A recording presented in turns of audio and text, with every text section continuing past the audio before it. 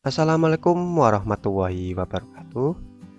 Selamat pagi, selamat malam, selamat sore bagi teman-teman yang baru menonton video ini. Semoga selalu diberi kesehatan dan kemudahan oleh Allah Subhanahu wa Ta'ala. Oke, teman-teman, pada video kali ini kita akan belajar tentang contoh latihan soal SKB CPNS Perawat tahun 2020, yaitu pada materi keperawatan medikal bedah atau KMB. Oke, kita langsung saja ke soal yang pertama. Nomor 1. Seorang pasien perempuan dengan usia 31 tahun didiagnosis medis hemotoraks sehingga harus dipasang WSD. Dari hasil catatan observasi, semakin hari semakin berkurang jumlah produksi cairan yang ada di dalam botol WSD tersebut. Namun pada hari yang kelima, pasien mengeluh sesak dengan RR yang didapatkan adalah 33 kali per menit dan isi cairan dalam botol 50 cc. Apa evaluasi yang harus dilakukan perawat pada kasus tersebut? A. Gerakan dada. B. Riwayat sesak. C. Kebersihan botol. D. Posisi ujung selang. Atau E. Karakteristik cairan. Ya, jawaban yang tepat adalah yang B. Yang D, maaf. Posisi ujung selang. Kita lihat pembahasannya. Untuk rasional yang pertama, gerakan dada. Gerakan dada tidak simetris menandakan timbunan cairan pada rongga pleura, salah satu pleura. Kemudian rasional B, riwayat sesak, perlu dikaji untuk mengetahui perkembangan penyakit. Kemudian rasional C, botol kotor dapat menjadi sumber infeksi ke paru-paru. Kemudian rasional D, ujung selang yang berubah posisi atau tidak terendam cairan dapat menjadi penyebab keluhan sesak. Kemudian rasional E, jumlah, warna, dan bau cairan dapat memberikan info ada tidaknya infeksi atau pendarahan. Jadi jawaban yang tepat untuk nomor 1 adalah yang D. Oke, kita lanjut soal nomor 2. Seorang laki-laki berusia 29 tahun dirawat di bangsal sehat dan mengatakan ia sering sekali mengalami sesak napas saat terkena serbuk kecil atau dan debu. Dari hasil pengkajian, didapatkan data pernapasan dengan cuping hidung, suara terdengar ronghi, batuk non-produktif. RR-nya didapat 35 kali per menit, N-nya 84 kali per menit, dan T-nya 37,8 derajat Celcius. Pertanyaan soal, apa masalah keperawatan utama pada kasus tersebut? A. Perfusi perifer tidak efektif. B. Pertukaran gas tidak efektif. C. Bersihan jalan nafas tidak efektif. D. Perubahan suhu tubuh. Atau E. Resiko kecemasan. Ya, jawaban yang tepat adalah yang C. Bersihan jalan nafas tidak efektif. Kita coba lihat pembahasannya.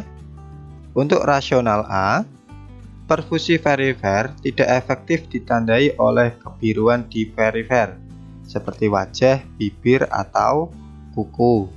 Kemudian rasional B, pertukaran gas tidak efektif ditandai dengan rendahnya kadar oksigen dalam darah. Kemudian rasional C, tanda jalan napas tidak bersih, napas cuping hidung, ronghi, frekuensi napas 32 kali per menit. Kemudian untuk rasional D, perubahan suhu tubuh terjadi karena meningkatnya aktivitas pernafasan. Kemudian yang terakhir, rasional E, tidak ditemukan tanda resiko kecemasan. Jadi jawaban yang tepat untuk nomor 2 adalah yang C. kita lanjut soal berikutnya, soal nomor 3. Pasien laki-laki berusia 40 tahun dirawat di ruang PDL dengan keluhan sering batuk dan dada sesak. Hasil RR-nya 33 kali per menit. Terdapat retraksi otot sela iga serta di auskultasi terdapat suara rongki hampir di seluruh paru. Saturasi oksigen menunjukkan 90%. Dari hasil tes BTA atau bakteri tahan asam, hasilnya positif. Apa rencana tindakan utama pada kasus tersebut? A. Pengaturan posisi semi-fowler. B. Kolaborasi pemberian oksigen. C. Bantu pasien untuk batuk produktif. D. Lakukan tindakan postural drainase. Atau E. Ajarkan teknik bernapas diafragma. Ya, jawaban yang tepat adalah yang C. Bantu pasien untuk batuk produktif. Kita lihat pembahasannya. Untuk rasional A, posisi flower bertujuan mempermudah pengembangan dada. Kemudian rasional B, pemberian oksigen bertujuan untuk meningkatkan saturasi oksigen di jaringan. Kemudian untuk rasional C, teknik batuk produktif dilakukan untuk membersihkan sekresi dari jalan napas atas. Kemudian untuk rasional D, postural drainase bertujuan untuk mengalirkan sekresi dari saluran napas menggunakan energi gravitasi pada pasien yang tidak sesak. Kemudian untuk rasional yang E, pernapasan diafragma bertujuan memaksimalkan pengembangan bagian bawah paru. Jadi jawaban yang tepat untuk nomor 3 adalah yang C. Oke, kita lanjut soal nomor 4. Pasien perempuan berusia 43 tahun dirawat di ruang PDL dengan keluhan sesak serta wajah terlihat pucat setelah buang air besar atau BAB. Dari hasil pengkajian, didapatkan pasien mudah lelah dan sesak ketika berjalan lebih dari 5 meter dan kepala terasa pusing seperti mau jatuh. Pasien tersebut memiliki riwayat hipertensi sejak 3 tahun terakhir. Keluhan akan hilang apabila ia istirahat 20 menit dan dengan TD 110/70.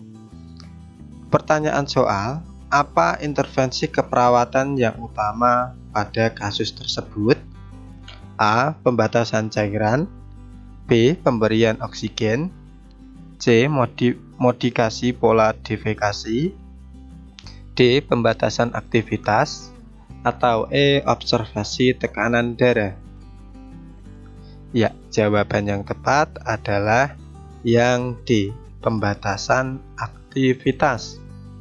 Kita coba lihat pembahasannya. Untuk rasional A, kelebihan cairan tubuh bisa menjadi sebab sesak. Namun sesak yang terjadi diakibatkan karena aktivitas.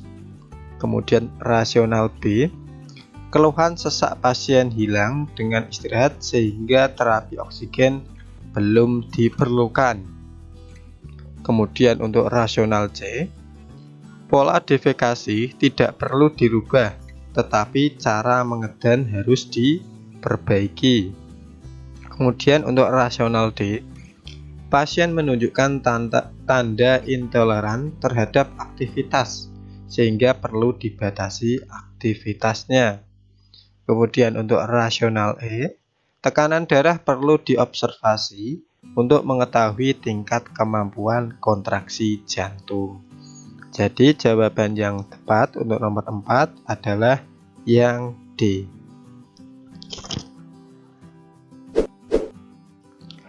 Oke teman-teman, kita lanjut soal nomor 5. Seorang laki-laki dengan usia 28 tahun telah memasuki hari kedua dirawat di ruang penyakit dalam dengan keluhan nyeri kepala hebat dan pusing. Dari hasil TTV, yaitu TD diperoleh 160/90, kemudian HR-nya 90 kali per menit, dan T-nya 37 derajat Celcius, kemudian RR-nya 21 kali per menit. Hasil observasi terlihat denyutan halus di dada kiri pada area garis tengah klavikula, sela iga ketiga, dan seirama dengan frekuensi nadi. Pertanyaan soal, apa indikator evaluasi pada kasus tersebut? A. Lama perawatan, B. Tekanan darah, C. Frekuensi nadi, D. Denyutan pada dada kiri, atau E. Keluhan nyeri kepala. Ya, jawaban yang tepat adalah yang B. Tekanan darah. Kita lihat pembahasannya. Untuk rasional A, lama tidaknya perawatan tidak bisa menggambarkan kondisi pasien. Kemudian rasional B, tekanan darah menggambarkan kekuatan jantung dalam memompa darah. Kemudian untuk rasional C, frekuensi nadi dalam 1 menit menggambarkan jumlah darah yang bersirkulasi. Kemudian rasional D, denyutan yang terlihat di dada diakibatkan oleh kekuatan kontraksi jantung yang meningkat. Kemudian untuk rasional E, nyeri kepala disebabkan oleh peningkatan jumlah darah ke otak dan meningkatkan tekanan intrakranial. Jadi jawaban yang tepat untuk nomor 5 adalah yang B. Oke, kita lanjut soal nomor 6. Pasien laki-laki berusia 40 tahun dirawat di ruang PDL dengan keluhan mengalami nyeri dada hebat secara tiba-tiba ketika beristirahat. Hasil pengkajian, TD diperoleh 140/90, T-nya 36,9 derajat Celcius, HR-nya 106 kali per menit, dan RR-nya 24 kali per menit. Dari hasil pemeriksaan EKG menunjukkan hasil elevasi pada segmen ST, dan pemeriksaan enzim jantung belum keluar hasilnya. Apa intervensi keperawatan pada kasus tersebut? A. Pembatasan aktivitas, B. Manajemen nyeri dada, C. Pantau tanda-tanda vital, D. Penuhi kebutuhan oksigen, atau E. Periksa ulang tes diagnostik. Ya, jawaban yang tepat adalah yang A. Pembatasan aktivitas. Baik, kita lihat pembahasannya. Untuk rasional A, aktivitas harus dibatasi untuk menurunkan konsumsi oksigen. Kemudian rasional B, nyeri dada terjadi karena penurunan kadar oksigen di otot jantung.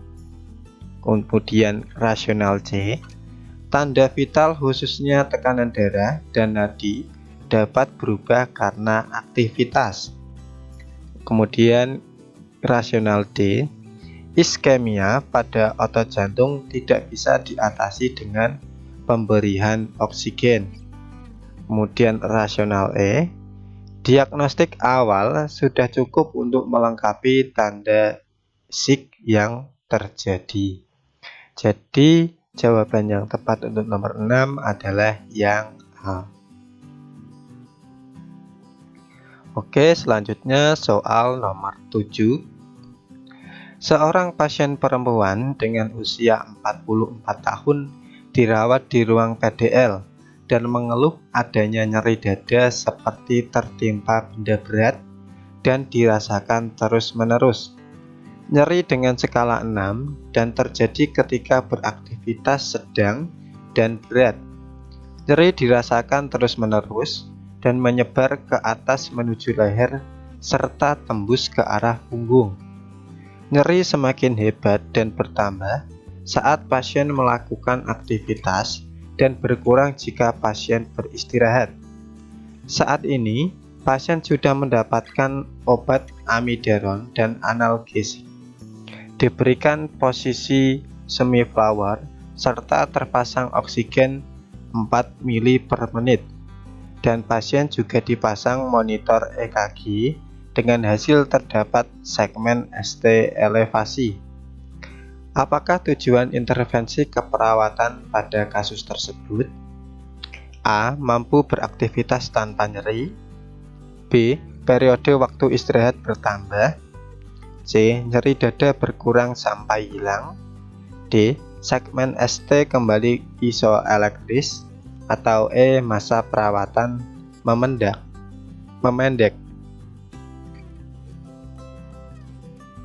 Ya, jawaban yang tepat adalah yang C. Nyeri dada berkurang sampai hilang. Kita lihat pembahasannya. Untuk rasional A, kemampuan beraktivitas tanpa keluhan nyeri membutuhkan otot jantung yang sehat. Kemudian untuk rasional B, memperpanjang masa istirahat bertujuan menghemat konsumsi oksigen otot jantung.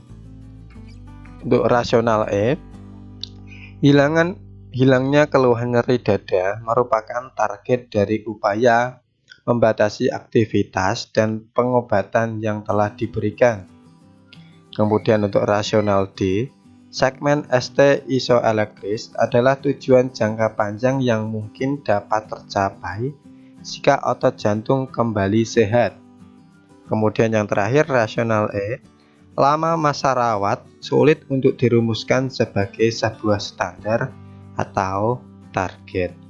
Jadi jawaban yang tepat untuk nomor 7 adalah yang C. Oke teman-teman, kita lanjut soal nomor 8.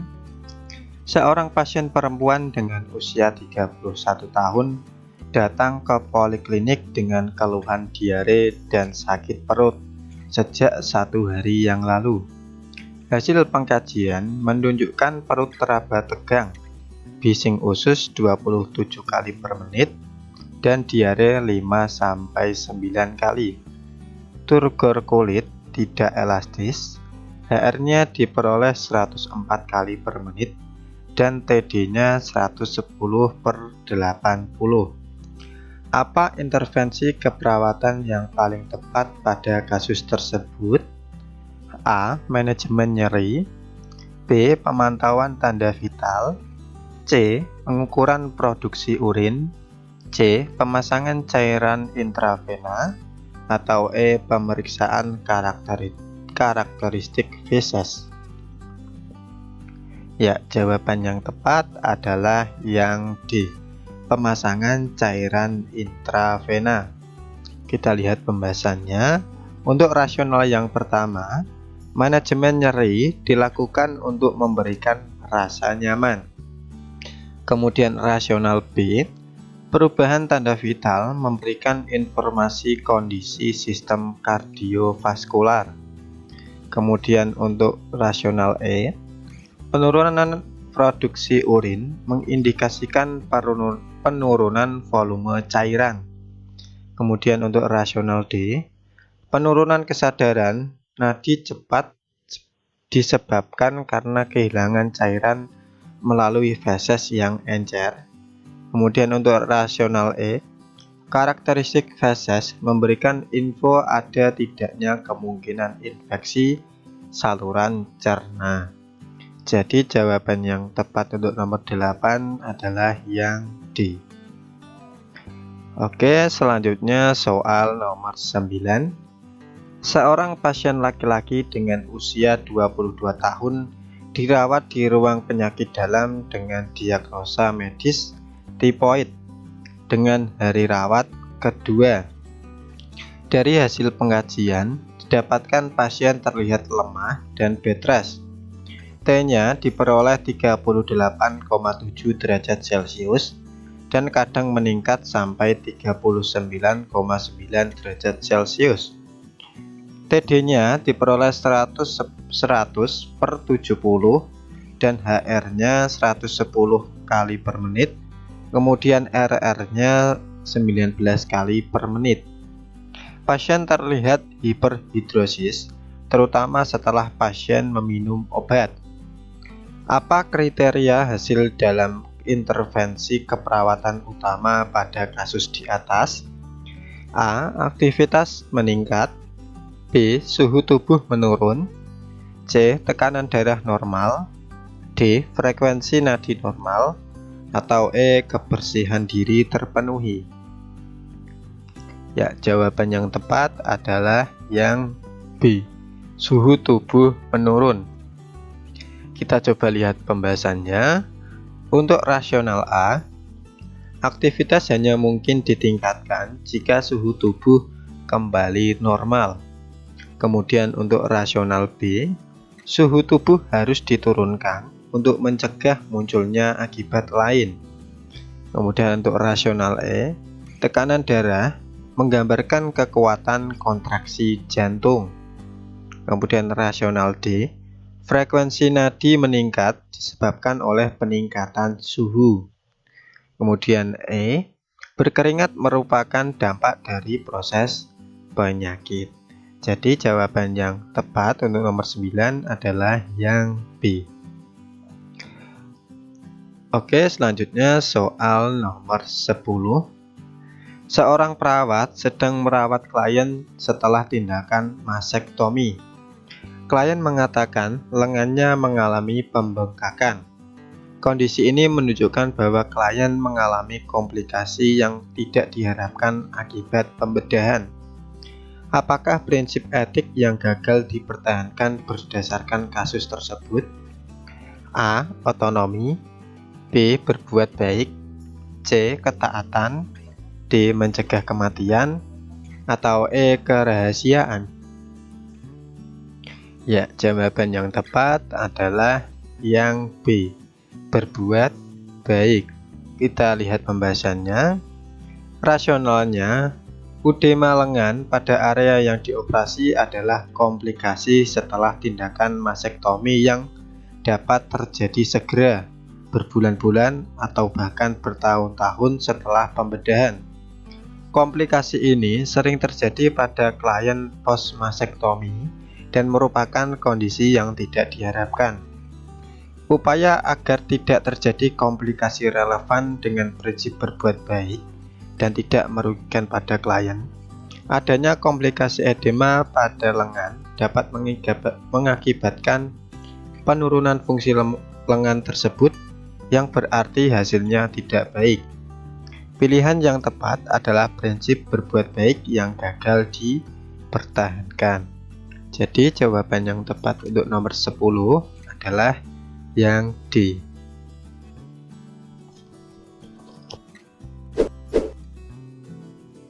Terima kasih sudah menonton. Jika video ini bermanfaat, silahkan like. Jika tidak bermanfaat, silahkan dislike. Dan jangan lupa sebarkan ke teman-teman kalian jika bermanfaat. Sampai ketemu di video selanjutnya.